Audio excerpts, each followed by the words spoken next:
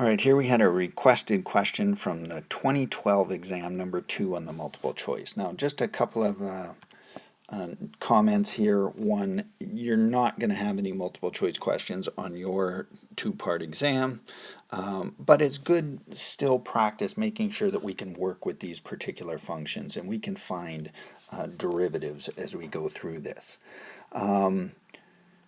The other thing here is we're going to try this without our calculator. Your exam in May, you will have access to your graphing calculator the whole time.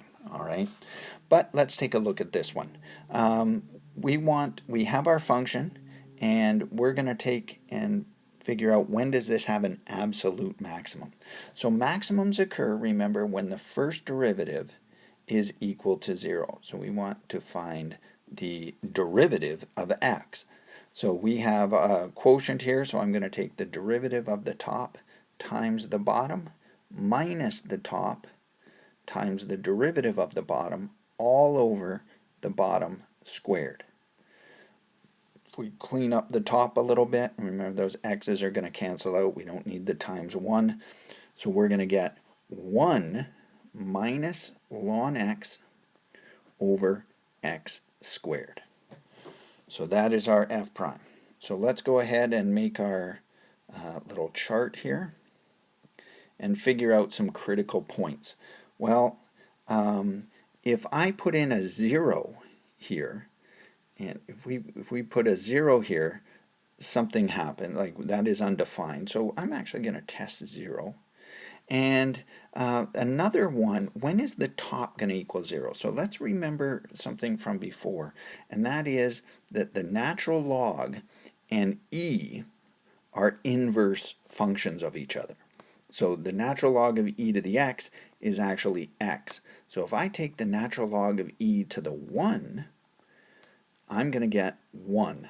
And now my top is 1 minus 1. That becomes 0. So the other one I want to look at here is e. Okay, let's clear up some space for ourselves here. Sorry, that's not what I wanted. Okay, and I'm actually going to get our equation back. Okay, so we had 1 minus the natural log of x over x squared. All right, let's test some points. Well, I'm going to look at my graph. Just remember again, the graph of the natural log looks like this, and we actually can't have any negative values. So in fact, we're not going to have anything out over here to the left of 0. It just isn't going to work because this part of our function doesn't work. So let's test something between 0 and e. I'm going to test 1 because, again, knowing a little bit about the functions, the natural log of 1 is 0. So this becomes 1 minus 0 on top over 1. So we get 1 minus 0 over 1, and that is actually going to be 1, which all we really need is a positive answer. That means our function is increasing. Okay, we need something bigger than e. So again, e is 2.71, keeps going. E is out here somewhere, so if that's 1, there's 2. E is in here somewhere. But let's take a look at that reciprocal inverse function idea. And we said e to the 1 was 1.